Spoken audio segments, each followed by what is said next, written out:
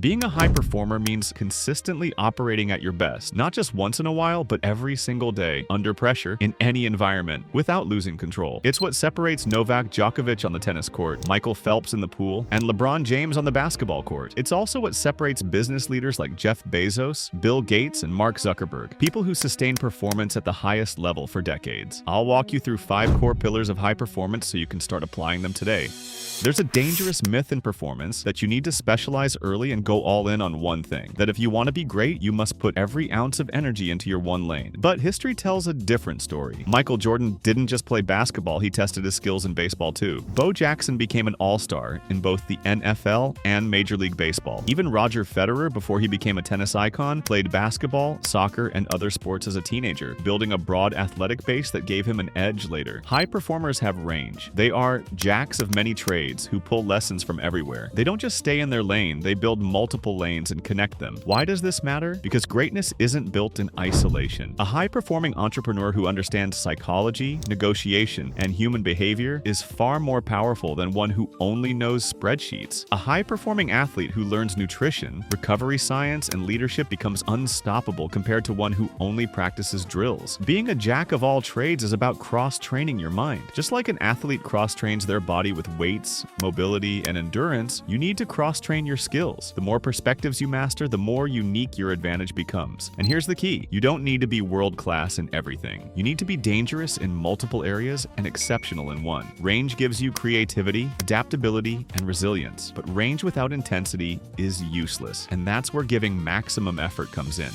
High performers have one trait in common. When it's time to perform, they give everything. Not some, not most everything. Think of Kobe Bryant. Stories about his insane work ethic are legendary, shooting hundreds of shots before dawn, studying every weakness in his game until it was gone. Or think of entrepreneurs like Steve Jobs, who obsessed over the tiniest detail of the iPhone, things most people wouldn't even notice, like the exact shade of gray on the background of the screen. Maximum effort doesn't just mean working harder than everyone else. It means being relentless in the pursuit of excellence. Most people stop when they're tired. High performers stop when they're finished. But here's the surprising part. Maximum effort doesn't always mean grinding 18-hour days. In fact, that often leads to burnout. Instead, it's about intensity. 1 hour of deep, focused, deliberate practice beats 4 hours of half-distracted work. That's why world-class athletes train with laser focus in short bursts, then rest deliberately. Entrepreneurs do the same high effort, then recovery, and effort compounds. Imagine 2 athletes training side by side. One gives 90%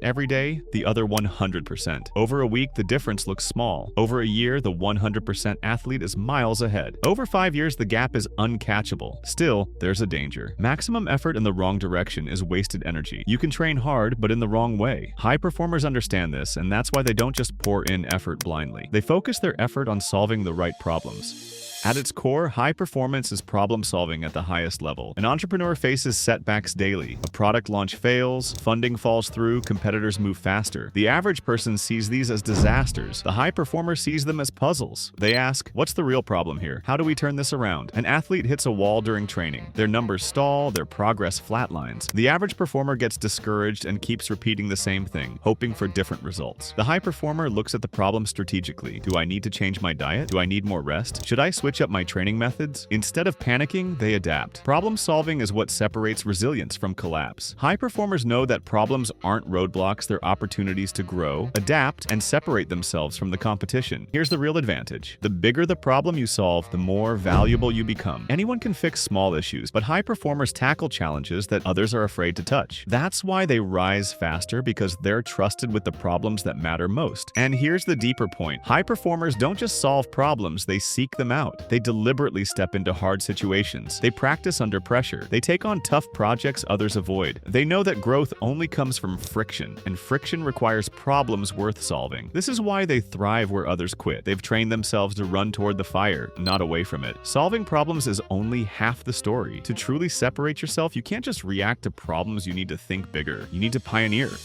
This is where high performers move from impressive to unforgettable. They don't just play the game, they change it. They don't just compete, they redefine what competition even looks like. Muhammad Ali didn't just win fights. He revolutionized boxing with speed, movement, and charisma. Jeff Bezos didn't just build an online bookstore. He pioneered a new way of shopping that reshaped the world. Being a pioneer means daring to go first. It means being willing to fail publicly, to face criticism, and to stand alone when nobody believes in you. It's risky, but it's also where breakthroughs live. And pioneers aren't reckless. They study the past, master the present, and then leap into the future. That's why their innovations last. They're not guesses, they're informed risks. Think about how Steph Curry transformed basketball. Before him, the three-point shot was a tool, not a weapon. Curry turned it into the centerpiece of the game and changed how every team plays. That's pioneering. In business, pioneering often means disrupting entire industries. Reed Hastings, the founder of Netflix, didn't just rent DVDs, he pioneered streaming, changing not only how we watch movies, but also how the entire entertainment industry operates. And the mindset behind it is the same for athletes, entrepreneurs, and creators. Pioneers are willing to look foolish in the short term to be remembered in the long term. They risk being laughed at so they can later be studied as case studies of brilliance. Here's the truth. Anyone can imitate, few can innovate. That's why pioneers are remembered long after everyone else is forgotten. Vision and courage alone aren't enough. You can have the best idea in the world, but if you don't act on it, if you don't take initiative, it dies in your head.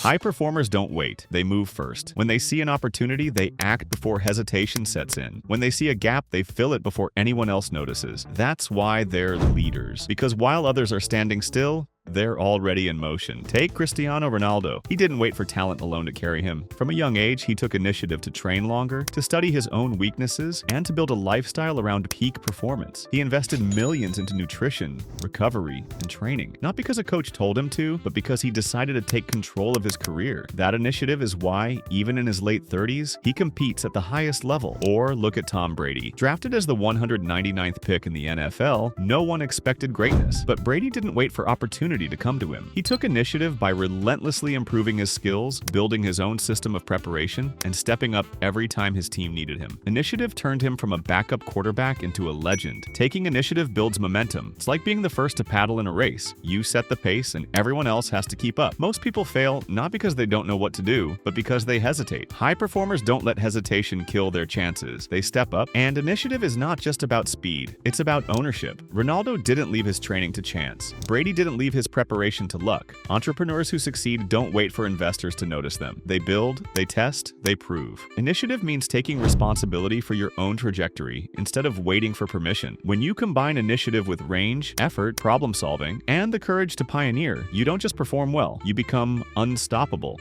So here's the recap. High performers, whether athletes, entrepreneurs, or business leaders, build range like jacks of all trades, but channel that range with maximum effort. They solve problems that others avoid, they take initiative before anyone tells them to, and ultimately they pioneer new paths forward. Even if you master all of these traits, you'll fail if your attention is scattered. High performance isn't just about ambition, it's about execution. And execution demands focus. That's why your next step is to learn how to hyper-focus. That's what my last video is about. How to hyper-focus and get more done in less time.